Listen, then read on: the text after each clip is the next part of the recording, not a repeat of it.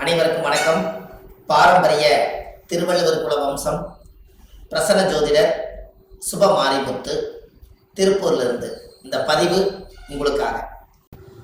மக நட்சத்திரத்தில் மாந்தி இருந்தால் எந்த கோவிலுக்கு போனால் உங்களுடைய கர்மவினை தீரும்? மாந்தி என்பது யார்? எல்லாத்தோட ஜாதகத்திலையும் பாருங்க, ஒரு சில ஜாதகத்துல மாந்தியே ஜாதக ராசி கட்டத்துல சில பேர் அதுல போட மாட்டாங்க. சில கம்ப்யூட்டர்லேயே சிலதெல்லாம் வராது. ஆனா மாந்தி பெரிய ஒரு அற்புதமான ஒரு மிராக்கலான விஷயத்தை காமிக்கும். ஏன் அப்படின்னா, சூரியனுடைய மகன் சனி பகவான், சனி பகவானுடைய மகன் மாந்தி. இந்த மாந்தி எதுக்கு அதிகமா யூஸ் ஆகுதுன்னு கேட்டீங்கன்னா, இறப்பு தோஷத்துக்கு மாந்தி அதிகமா முன்னோர்கள் எடுத்துக்கிட்டாங்க. அப்போ இந்த மாந்தி நிற்கக்கூடிய நட்சத்திரங்கள் எல்லாம் எப்படி எல்லாம் செயல்படுது அப்படிங்கிறத இந்த பதிவுல நம்ம பார்க்க போறோம். இதை மறக்காம ஒரு பேனா நோட் எடுத்து குறிச்சு வச்சுக்கோங்க. இது வரக்கூடிய ஜோதிடர்களுக்கும் பயன்படும். நம்ம இந்த யூடியூப் சேனல் வள்ளுவர் வாக்கு யூடியூப் சேனல்ல போய் பார்க்கறவங்களுக்கும் பயன்படும். இனி வரக்கூடிய சந்ததிகளுக்கும் இது பயன்படும். மாந்திக்கு இப்படி மிராக்கள் இருக்குதா அப்படிங்கிற ஒரு விஷயத்த இன்னைக்கு நம்ம அதை சொல்ல போறோம். இப்போ உங்க வாழ்க்கையில நீங்க தெரிஞ்சுக்க வேண்டிய விஷயம், இந்த மாந்திக்கு ஒவ்வொரு நட்சத்திரத்துக்கும் இந்த மாந்தி தோஷம் எப்படி உருவாகுது அப்படின்னா, அந்த காலத்துல குழுகன் நின்ற வீடு குட்டிச்சவர்னு சொன்னாங்க. குழுகன் நின்ற வீடு குட்டிச்சவர் அப்படின்னா குழுகன் நின்ற வீடு குட்டிச்சவரா. அப்ப இந்த மாந்தி போய் எந்த ராசியில் இருக்குதோ, எந்த நட்சத்திரத்து மேல ஏறி உட்கார்ந்து இருக்குதோ, அந்த நட்சத்திரத்தினுடைய திசைகள் அவங்களுக்கு தோஷம் அடையுமா. அப்ப அந்த மாந்தி தோஷம் என்பது என்ன? இறப்பு சம்பந்தப்பட்டது. உங்களுக்கு ஒரு உதாரணத்துக்கு சொல்றேன். லக்னங்கிறதா உயிர், லக்னம் தான் உயிர். ஒரு மனிதனுக்கு ஒரு தாயுடைய கருவறையில இருந்து தொப்புள் கொடியை அறுக்கும் நேரம் எந்த லக்னத்துல அவங்க பிறந்திருக்காங்களோ, அந்த லக்னம் எந்த நட்சத்திரத்துல கரெக்டா நிக்குதோ, அந்த நட்சத்திரத்து மேல இந்த மாந்தியோட தீட்டு தோஷம் அதுல இருக்கு. இது உங்களுக்கு தெரியுமா? இதை நீங்க கண்டிப்பா தெரிஞ்சுக்கணும். அப்ப லக்னத்தினுடைய மாந்தி பிரேத சாபம், மாந்தி என்பது இறப்பு. அப்போ அவங்க முன்னோர்கள் அந்த காலத்துல என்ன பண்ணிருப்பாங்கன்னா, ஒரு லக்னத்துக்குள்ள லக்னம் ஒரு ராசி கட்டத்துக்குள்ள 3 நட்சத்திரம் இருக்கு. இந்த 3 நட்சத்திரத்துல இப்போ ஒரு உதாரணத்துக்கு அசுவனி, பரணி, கிருத்திகை 1ஆம் பாதம், இந்த 3 மேச ராசியில இருக்குது. ஒரு உதாரணம். அதுல அசுவதி நட்சத்திரத்துல மாந்தி இருந்தா என்ன பலன், பரணி நட்சத்திரத்துல மாந்தி இருந்தா என்ன பலன், கிருத்திகை நட்சத்திரத்துல மாந்தி இருந்தா என்ன பலன், இதைத்தான் இந்த பதிவுல உங்களுக்கு சொல்ல போறேன். இது உதாரணத்துக்காக. அப்போ ஒரு நட்சத்திரம் அந்த ஜாதகத்துல நம்மளுக்கு கிடைக்க வேண்டிய நட்சத்திரம். அப்ப எந்த நட்சத்திரத்துல மாந்தி உங்களுடைய ஜாதகத்துல இருக்குதோ, அந்த நட்சத்திரத்தினுடைய திசை உங்களுக்கு தெரியும். உதாரணமா அசுவதி நட்சத்திரமா இருந்தா அவங்க கேது திசையில தான் அவங்க செயல்படுவாங்க. அப்ப ஜாதகத்துல எனக்கு என்னங்க அசுவதி நட்சத்திரம் கேது திசை நடக்குது, எனக்கு கேது அசுவதி நட்சத்திரத்துக்கு கேது திசை நடத்துறாரு, எனக்கு ஒரு பலனுமே நடக்கலைங்க அப்படின்னு நீங்க சொல்லவே வேண்டாம். அந்த அசுவதி நட்சத்திரத்துக்கு அதிபதி கேது இந்த மாந்தியோட சாபம் வாங்கி இருக்கிறதுனால அந்த திசை நம்மளுக்கு வேலை செய்ய மாட்டேங்குது. அப்ப அதை நம்ம சரிப்படுத்தினா தானே அது நிவர்த்தியாகும். அப்ப அசுவதி நட்சத்திரத்துக்கு கேது, கேது என்பது பாட்டியில பாட்டின்னு வருது. அப்ப பாட்டிக்கு ஈமகாரிய செலவு செய்யாம விட்டுட்டால், அந்த முன்னோர்களுக்கு ஈமகாரியங்கள் செய்யாம விட்டுட்டா, இறந்த முன்னோர்களுக்கெல்லாம் மூதாதிகளுக்கெல்லாம் செய்யாம விட்டுட்டா, இந்த நட்சத்திர சாபம் அந்த குடும்பத்துக்குள்ள போய் அந்த திசைக்கு யோகத்தை கொடுக்கறது இல்லை. அப்ப கர்மாவிலேயே மாட்டிக்கிறீங்க. அப்புறம் எப்படி மேல வரும்? அப்ப இதெல்லாம் அந்த காலத்துல முன்னோர்கள் குளிகை நின்ற வீடு குடிச்சவர்னு எதுக்கு சொல்லி வச்சாங்கன்னா, ஒரு வீட்டுல ராசி கட்டத்துல குளிகை நின்ற வீடு குடிச்சவர் சொல்லி வைக்கல. அவங்க சொல்லி வச்சதே குளிகன் நின்ற நட்சத்திரம் அந்த வீடு குடிச்சவர்னு வச்சாங்க. அந்த நட்சத்திரத்தினுடைய திசைகள் யாருக்கு வந்தாலும் இந்த மாந்தியோட சாபம் அவங்கள துரத்திக்கிட்டே. ஒரு உதாரணம், லக்னத்து மேலேயே மாந்தி நிற்குது. ஒருத்தருக்கு லக்னத்து மேலேயே மாந்தி, லக்னம் நின்ற நட்சத்திரம் எதுவோ அதுவே மாந்தி. அந்த மாந்தி சாபம் இருந்தா அவங்க என்ன ஒரு அனாதிபாடி எடுத்து அடக்கம் பண்ணுனா அவங்களுக்கு அந்த மாந்தி சாபம் நிவர்த்தி ஆகுங்கிறது ஒரு நூல். ஏன் அப்படின்னா, அந்த லக்கணத்துக்குள்ள மாந்தி பிறக்கும் போது ஒரு தாயுடைய கருவறையில இருந்து மாந்தி என்பது நிலையா இருக்கிறது, ஒரு ராசியில ரொம்ப நாள் இருக்கிறது. லக்னம் என்பது இருந்து வெளியில வந்துடும்.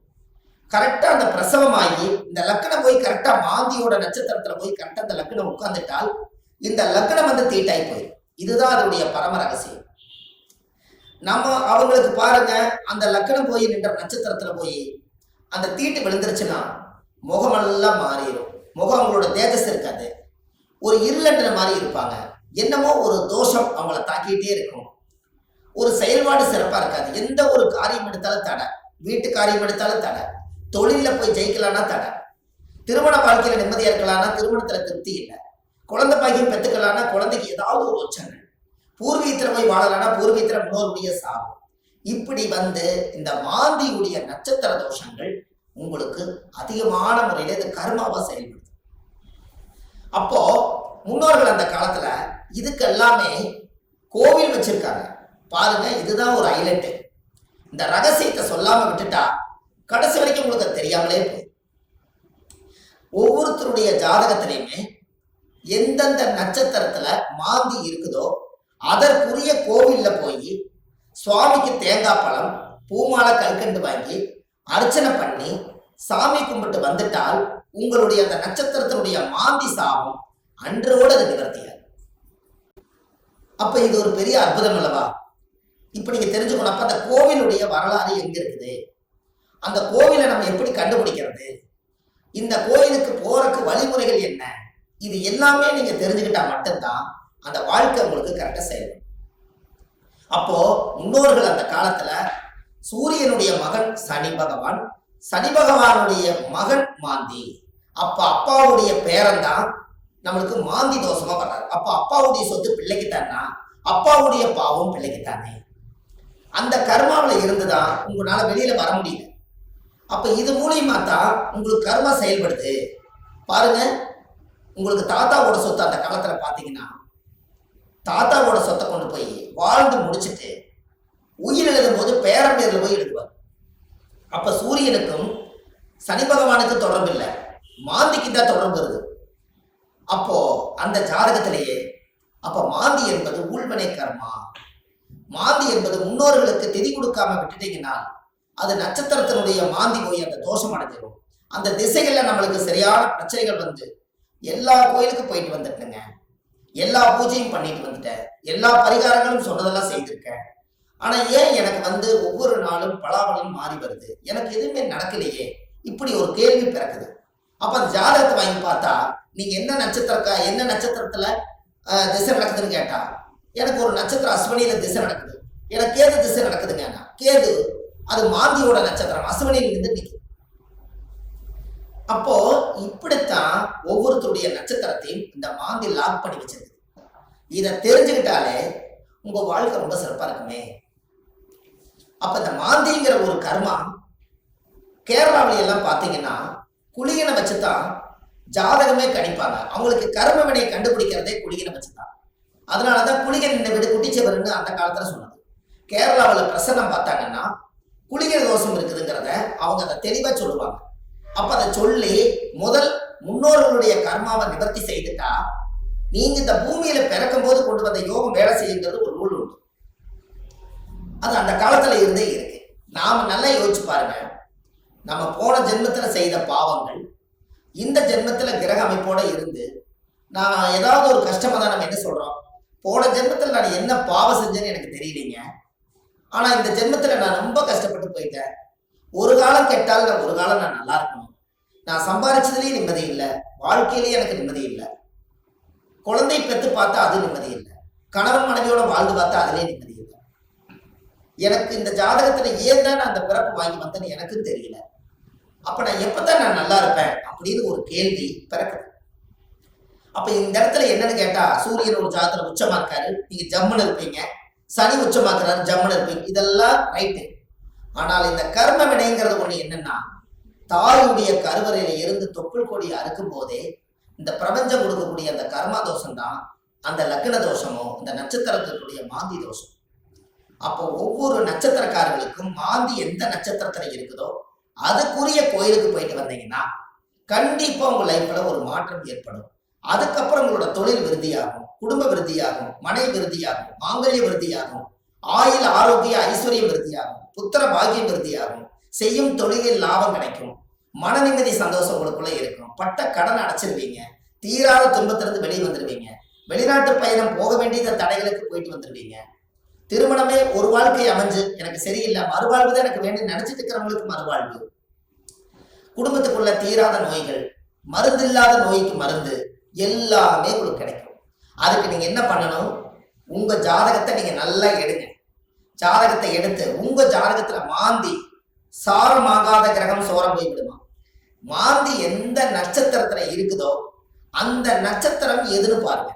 அந்த நட்சத்திர கோயிலுக்கு கரெக்டா நீங்க போயிட்டு வாங்க. உங்களுக்கு அந்த மாந்தி நின்ற நட்சத்திர தோஷம் நிவர்த்தியானால் உங்களுக்கு நடக்கிற குடும்பத்துல எல்லாம் நல்லா. அப்போ இந்த ஜாதகத்துல இவ்வளவு பெரிய ரகசியத்தை நிவர்த்தி பண்ணலைன்னா அது முடக்கு மாதிரி அப்படியே முடங்கி போயிடும். இதனாலதான் அந்த ஜாதகத்துல அந்த காலத்திலேயே இந்த விஷயத்த சொல்லி வச்சாங்க.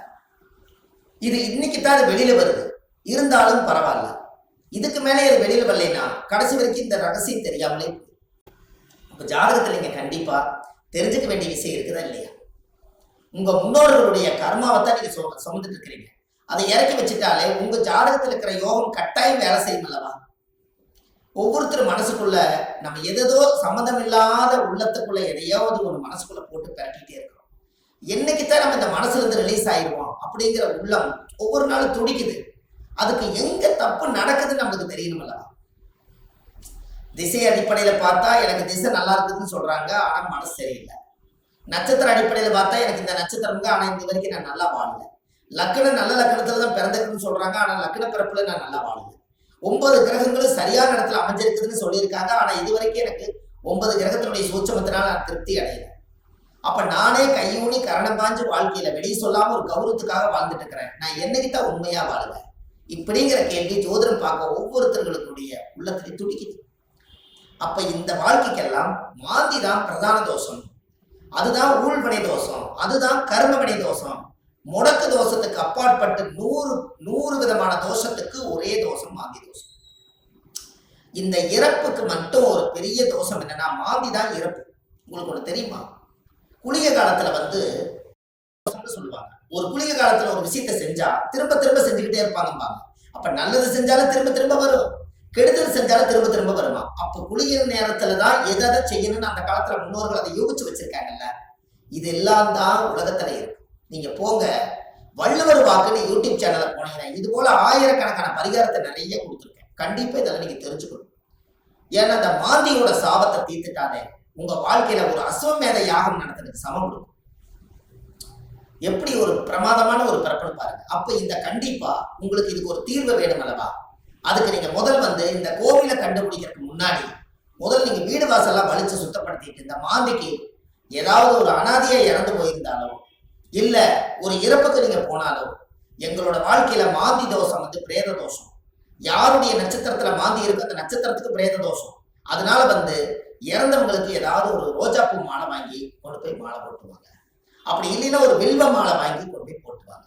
அதை போட்டுட்டு வீட்டுல மஞ்சள் தண்ணி கல்லுப்பு போட்டு வீடு வாசல்லாம் வலிச்சு நீங்க சுத்தப்படுத்தி உங்க குலதெய்வ கோயில போய் 11 ரூபாய் காணிக்க, வெத்தலைப்பாக்கு, எலுமிச்சம்பழம் இதை கொண்டு போய் சாமியோட பாதத்துல வச்சு கும்பிட்டுட்டு இந்த மாந்திக்கு உண்டான கோவிலுக்கு நீங்க போயிட்டு வரணும். மக நட்சத்திரத்தில் மாந்தி இருந்தால் ஜலகண்டேஸ்வரர் வேலூர் கோட்டையில் உள்ளது. அந்த கோட்டையில் சுவாமிக்கு தேங்காய் பழம், பூமாலை, கல்கண்டு வாங்கி அர்ச்சனை செய்து உங்க ஜாதகத்தை கொண்டு போய் சாமியோட கருவறையில வைத்தால் அன்றோடு உங்களுக்கு இருக்கக்கூடிய எல்லா சகல தோஷம் நிவர்த்தியாகி உங்க வாழ்க்கை வளமாகும். அப்ப அந்த கோவிலுக்கு நீங்க போறதுக்கு முன்னாடி இந்த வீடு வாசல்லாம் வலிச்சு நீங்க சுத்தப்படுத்தி, குழந்தை பிறந்த வீடு, வயசுக்கு வந்த வீடு, இறந்த வீடு, இந்த வீட்டுகளுக்கெல்லாம் நீங்க போகாம இந்த பிரேதத்துக்கு நீங்க மாலை போட்டுட்டு 3வது நாள்ல இருந்து ஒரு 3 நாளைக்காவது வீடு வாசல்லாம் வலிச்சு சுத்தப்படுத்தி நான்வெஜ் எதுவுமே யூஸ் பண்ணாம நீங்க பரிசுத்தமா நீங்க இருக்கணும். இருந்துதான் நீங்க அந்த கர்மவினை தீர்க்கக்கூடிய கோயிலுக்கு நீங்க போயிட்டு வர முடியும். நல்லா புரிஞ்சுக்கங்க. இதுல குலதெய்வம் எனக்கு தெரியலீங்கன்னு சொன்னால் உபாசன தெய்வம், நீங்க என்ன இஷ்ட தெய்வத்தை இப்ப வணங்கிட்டு இருக்கிறீங்களோ அந்த தெய்வத்தோட பாதத்துல வெத்தலை வாக்கு, எலுமிச்சம்பழம், பூ, பழம், கனி வச்சு சாமி கும்பிடுங்க. ஒருவேளை எனக்கு உபாசன தெய்வம் தெரியலனா விநாயகர் கோயிலை வச்சு சாமி கும்பிடுங்க. வினையை தீர்க்கக்கூடியவர் விநாயகர். அப்படி ஒருவேளை எனக்கு விநாயகர் கோயிலும் முடியலனா முருகன் கோயில்ல திருச்செந்தூர் முருகனை நினைச்சுக்கலாம், 6 வடை வீட்டுல எந்த வடை வேணாலும் நீங்க எடுத்துக்கலாம். இப்படி ஏதாவது ஒரு தெய்வாலயத்துல வெத்தலை பாக்கு, 11 ரூபாய் காணிக்க, எலுமிச்சம்பழம் இதை வச்சு நான் இந்த கர்ம வினையை தீர்த்துட்டு வர்றேன், அதை தீர்த்துட்டு வந்ததுக்கு அப்புறம் என்னுடைய வாழ்வாதாரம் நல்லா இருக்குன்னு சொல்லி நீங்க அந்த ஒரு மூல மந்திரத்தை நீங்க ஒரு கோயில்ல போய் சொல்லணும். என்னன்னு சொல்லணும்? முற்பிறவியில செய்த பாவங்கள் என்னோட கர்மாவெல்லாம் தீரணும்னு சொல்லி கோயில்ல நீங்க விளக்கு போட்டு ஒரு 21 முறையாவது அந்த கோயில் முன்னாடி போய் சாமி கிட்ட சொல்லணும். என்னன்னு? முற்பிறவியில செய்த பாவங்கள் எப்பிறவிக்கும் தொடராமல் இருக்க, இப்பிறவியிலேயே என்னுடைய தந்தை வழியில வந்த கர்ம வினைகளும் தாய் வழியில வந்த கர்ம வினைகளும் என்னுடைய இந்த பூர்வ ஜென்மத்துல நான் இந்த பூமியில கொண்டு வந்த கர்ம வினைகளும் இன்றோடு நிவர்த்தி ஆகட்டுன்னு சொல்லி உங்க ஜாதகத்துல இந்த கர்மா தோஷத்தை நீங்க சுத்தப்படுத்தியாச்சுன்னா அன்னையோட உங்க வாழ்க்கை ரொம்ப சிறப்பா இருக்கும். இதை சொல்லி விளக்கு போட்டு சாமி கும்பிட்டு தேங்காய் பழம், பூமாலை, கல்கண்டு வாங்கி அர்ச்சனை பண்ணி சாமி கும்பிட்டு வாங்க. அன்னையோட அது நிவர்த்தி ஆகும். அந்த கோவில் என்னங்கிறது தான் இப்போ உங்களுக்கு சொல்ல போறேன். ஏன்னா இந்த கோயில் நம்ம எப்ப சொல்லணுங்கிற ஒரு விதி இருக்குது.